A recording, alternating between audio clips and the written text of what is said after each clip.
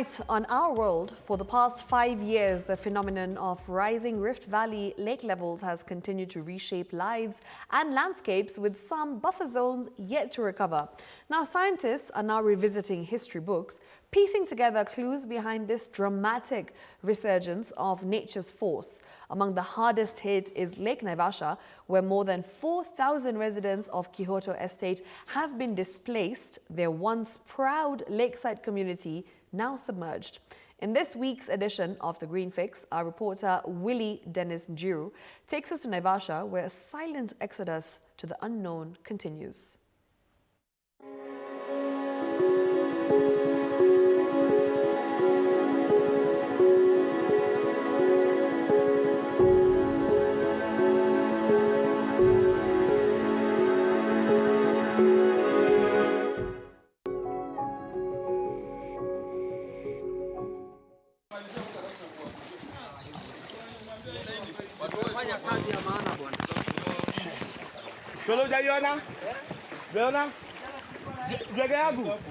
Time is fast ticking, and as you can see, we are headed south to those homes, to those residents who have been submerged in water and they cannot do anything, and the county is here to ensure that they are safe and they are secure.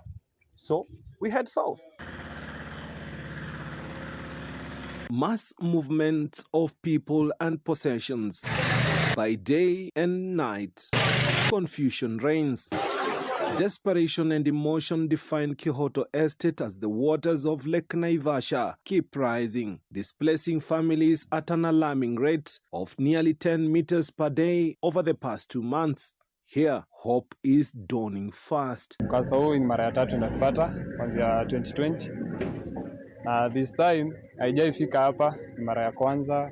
Tunashangaa ni aje, but if there's a way the government could pop in kusaidia kidogo, tunaweza furahia sana. Sema tu kweli, hii maji ni kama ilikuja ghafla tu, kutarajia kama itafika kama mahali hapa ambapo iko. Kwa sasa hii tunahangaika, kama mimi na familia nashindwa vile nitafanya, nitawapeleka upande gani, sina otherwise, mimi ni mtu wa vibarua. Hapa Naivasha tumevamiwa na maji Kyoto. Swali langu ni, our president, unaona hii women rape, senator, governor, where are you, our MCA? Lake sasa hii ni mambo ya natural calamity. Hii kama inatokea huko mambo ya rising weather condition, si hata Lake Baringo iko hivi tu, hivi Lake Nakuru. Kwa hivyo inaonyesha hii haitarecede tena, haitaenda sana hata kama inarudi. Climate change is a major one. We have rising water levels now, destroying the infrastructure in the Great Rift Valley lakes. We are trying to investigate that, and together with pollution and all these other issues, is a major challenge. Most residents here come from humble backgrounds, casual laborers in flower farms and small traders, struggling to make ends meet, only to come home one evening to find their houses swallowed by the lake. For the last 1.5 weeks, the levels have been rising with an alarming rate, and this has really affected many people. From the county government, we have been able to evacuate people from Sunday. We have been given lorries that are offering free transport. Mimi si ati nikukataa, ninakataa kuhama. Kama ningekuwa na pesa ningehama, but sai ni mwisho, but hatujapewa pesa. Families rush to save what they can, furnitures, utensils, and their children, while others are trying to move their small businesses to higher grounds. They say nature has struck without warning. We are calling Kenyan for Kenyans to come and assist, whether you are a relative, whether you are a friend, the business community, and we call upon the relatives also to be able to accommodate their people, even for 1 month or so, by the time they plant themselves, because this is a disaster and it comes when it's least expected. Most of the people don't have resources to move. Those moving to safer estates complain of rising rent and harsh conditions imposed by landlords before signing new leases. Wakaaji wa Kyoto wako na shida ya kutafuta nyumba. Ukienda hizo sehemu za juu, unakuta kwamba kama bed sitter tulikuwa tumezoea 6,000, na kwa saa hii tunakuta kwamba bed sitter ndio uingie wanataka 30,000, ambapo unakuta kwamba ni 15 rent na 15 deposit. Hizi unaenda kwa manyumba unaambiwa deposit. Hiyo deposit maybe uko na shilingi 1,500 unajiweza kulipa hata kama ni nyumba ya mabati. Uweze kujiokoa hata wewe mwenyewe ama watoto waweze kukaa mahali pa kusave at least. Lakini hauna lingine. Unaambiwa utoe deposit. Hiyo deposit maybe hauna. Deposit 10,000. Hiyo pesa yote mimi ninatoa wapi? Na mimi ninalipwa, mimi ni mtu wa maua, mimi ninalipwa 10,000. Sijapata pesa ya transport. We request that they become a little bit kind. It is really stressful. We would wish that they join others. There are even those that are having empty houses and they are willing to give them to people who are stuck. So we would wish that all the landlords, they come together.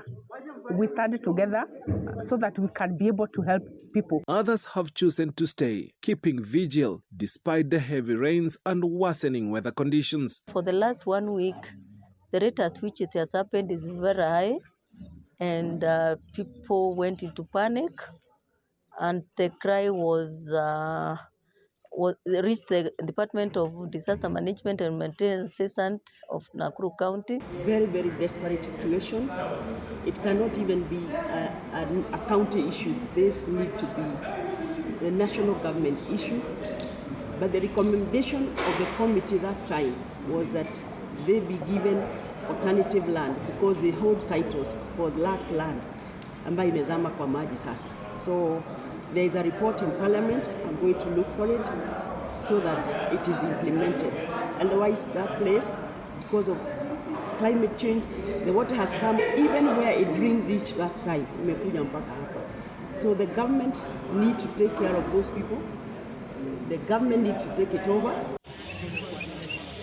Ironically, even with water all around, there is no clean water for cooking or washing. The shallow water table has made wells unstable and sanitation almost impossible. Nyumba nyingi ziko kwa maji, na hii maji hata zaidi imechanganyana na choo na sewage. Ile choo imetoka chini, imeunganishwa na kisima, na hii maji ndio tunakanyaga tena. Kwanza shida ni choo.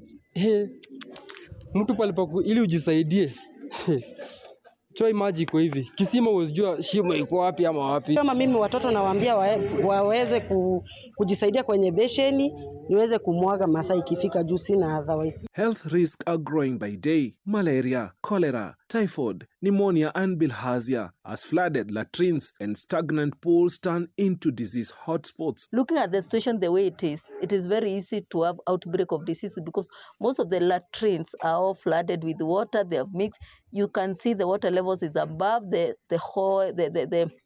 vizima ambazo zimechimbwa huku, the toilets, so the toilet water and the holes that people use for water for cleaning, it has all mixed. And you can see even the color. Locals now call for this to be treated as a national disaster, just like recent Mai Mahiu floods, urging the government intervention and humanitarian aid. Kama ni ile time yenye Mai Mahiu watu walikuwa wanakufa, we saw you, na mlikuwa mnafika huko hivyo on time. Do you need us we died so that you come here? Kama ni kukufa mungekuwa hapa hivi mkikuja kuonyesha sympathy. Why don't you help people who need help? On other parts of Kihoto Estate, this is the current situation. Actually, the water levels has really gone up, and as you can see behind me is Gospel Revival Center, already submerged in water, and just behind me is just 2 plots shy from the pre-colonial back, which is just here, designated as lakes, a safe buffer zone. Kuna wazee wetu wa nyumba 10 walienda kwa DC. Walienda wakaambiwa sisi ndio tulipata huko, tulipata maji, tulipata lake. Kwa hivyo hao hawana solution wanaweza tusaidia naye. Kwa hivyo ile kitu tunauliza, barabara imejengwa, barabara ya lami imeteremka mpaka lake. Street light ziko. Stima wameweka Kenya Power. Tunauliza kwani walikuwa wanatupea title, wanaweka barabara, wanaweka street light iko huku ni kwa maji tumeenda ni lake. The county government has dispatched 5 trucks to help relocate residents, but the demand far outweighs the available support. I can't say 100%, but we are really trying to ensure that we move people to safer areas. Most of them have looked for houses, and most of them are not able. What I call upon is the well-wishers at this moment. Transporters like Zach Munene say this is their business season, yet making several trips daily to ferry displaced families to safer towns as far as Gilgil, nearly 30 kilometers away. Siku ya leo nimehamisha watu karibu 4, 5 ambapo wameteseka sana, na tunatoka hapa, wengine tunapeleka Gilgil, wengine Kayole, wengine Kalakta. Hata saa hizi ninataka kuchukua zingine nipeleke site, na bado nikitoka hiyo nitachukua ingine nipeleke Gilgil.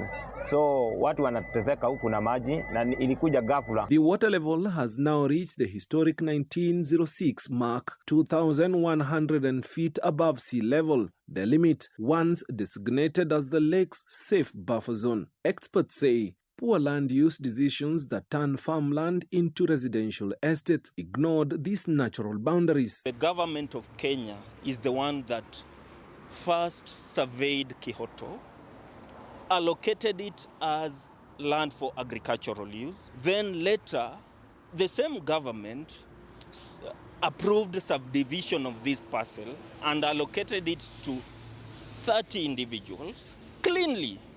The same government approved the use of Kihoto from agricultural land to residential and mixed use. It is the same government that provided infrastructure, supporting infrastructure within Kihoto, the road, the water supply. The leadership in this government and other previous governments cannot come and play innocent and blame the community of Kihoto.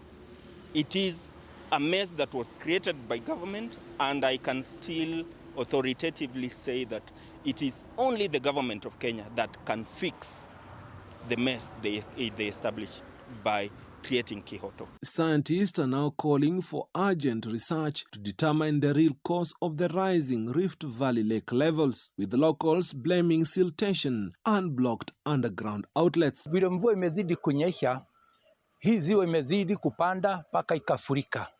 Kwa hivyo ni kusema ya kwamba inabeba kila aina uchafu na inaleta baharini. Kwa hivyo kule chini ambapo maji huwa kuna outlet, hizo mashimo yote imefunika. We need to understand what is driving the rising water level in the Great Rift Valley lakes, in Naivasha, in Nakuru, because it's now continuous. Before it was like it is a phenomenon happening after 30 years, but now we have seen it occurring throughout, and that is something that we have focused on, and will require different experts to nail down what is leading to this for proper planning. Lake Naivasha has no visible outlets, but beneath it lie the all-carrier geothermal fields believed to play a role in underground drainage alongside Lake Elementaita and others, now possibly blocked. Hii lake iko na mchanga mwingi sana, kwa sababu wakati mvua inanyesha kutoka Kinangop yote inakuja na hiyo mawe yote, matope yote, mchanga yote inakuja kwa hii lake. Number 3, hii lake haina outlet ilifungika. So hii maji yote ndio unaona saa hii imekuja hapa Kihoto. Previously, a papyrus fringe and acacia woodland acted as the lake's natural buffer. Today, only a handful of papyrus patches remain along the Malewa River, allowing silt to flow directly into the lake. Maisha yangu yote nimeishi kutegemea hapa. Na venye maji imekuja, wacha tuseme tu ni mipango ya Mungu, si wanadamu. Ingekuwa ni si binadamu, angalau watu wangesema juu imekuja, wacha tuiondoe. Hii mtaa venye unaona imekuja hapa, imeharibu vitu vingi sana. Na ukiangalia yenyewe watu wamehama, baidha mamia watu wametoka. Mimi naona hii kwamba ni negligence ya State Department ambayo inahusika na maeneo ya maji. Manake hii lake imekuwa ikiingia mchanga mpaka ikajaa mpaka bahali ambapo tupo. Sasa tunataka kusema hivi, mumeneglect mpaka watu wakakutwa na maji. Mfanye mpango, gavana wa hapa akuje. Hii ni national disaster. Tunauliza viongozi wote ambao wanahusika na maeneo hii, na hasa mpaka president ajue hao watu wameishi hapa na anajua hii eneo, kwa sababu mara nyingi sana amekuja hapa kuomba kura. The rising waters threaten aquatic life, with fingerlings losing their shallow breeding zones and hippos increasingly clashing with humans. Hii maji inakuja huku haina filter, inakuja huku inakuja kutapakaa kwetu, na hakuna direction iko, pesa ya madam zililetwa huku na wananchi wanashinda evacuatiwa huku na maji. Wanyama wametoka kwa maji, viboko saizi iko nje ya gate. Serikali woi, alo, kiboko pia inatoka huko. Sisi wananchi lazima sasa tungoje viboko ipite ndio wananchi wapite. Serikali tafadhali. Landlords now admit settling here was a mistake, calling on the national government to relocate residents permanently. Hii serikali isaidie watu. Kama ni mambo ya replacement, wajue. Kama ni mambo ya kuchukua plots, watajua vile watafanya. Lakini walisetu. Meanwhile, security agencies have increased patrols to ensure safety amid the growing humanitarian crisis. 3/4 of this area is covered by water. So the only place that is remaining is maybe a quarter. We can cordon, but we need support from security team also. Because you see people are living there, they have their property there. And then you have even people who are coming to steal, to break the doors, to break the windows and take the metal things that is there. So that is why I'm saying we need a multi-sector approach. This is the third major flooding event since 2022, but by far the worst. Experts say the heavy flows from the Malewa and Karate rivers, combined with continuous rains, have pushed the lake beyond its limits. How long the waters keep rising, no one knows. Since 2020, the water levels of Lake Naivasha have been going up immensely. But the case has been different for the past 60 days, where the water levels here have soared immensely by around 8 meters each day.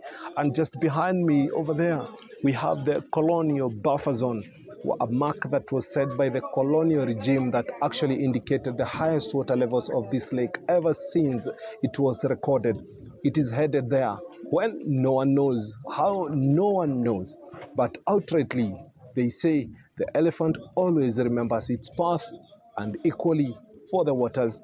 Reporting for TV 47 from Naivasha in Nakuru County, I'm Willie Dennis.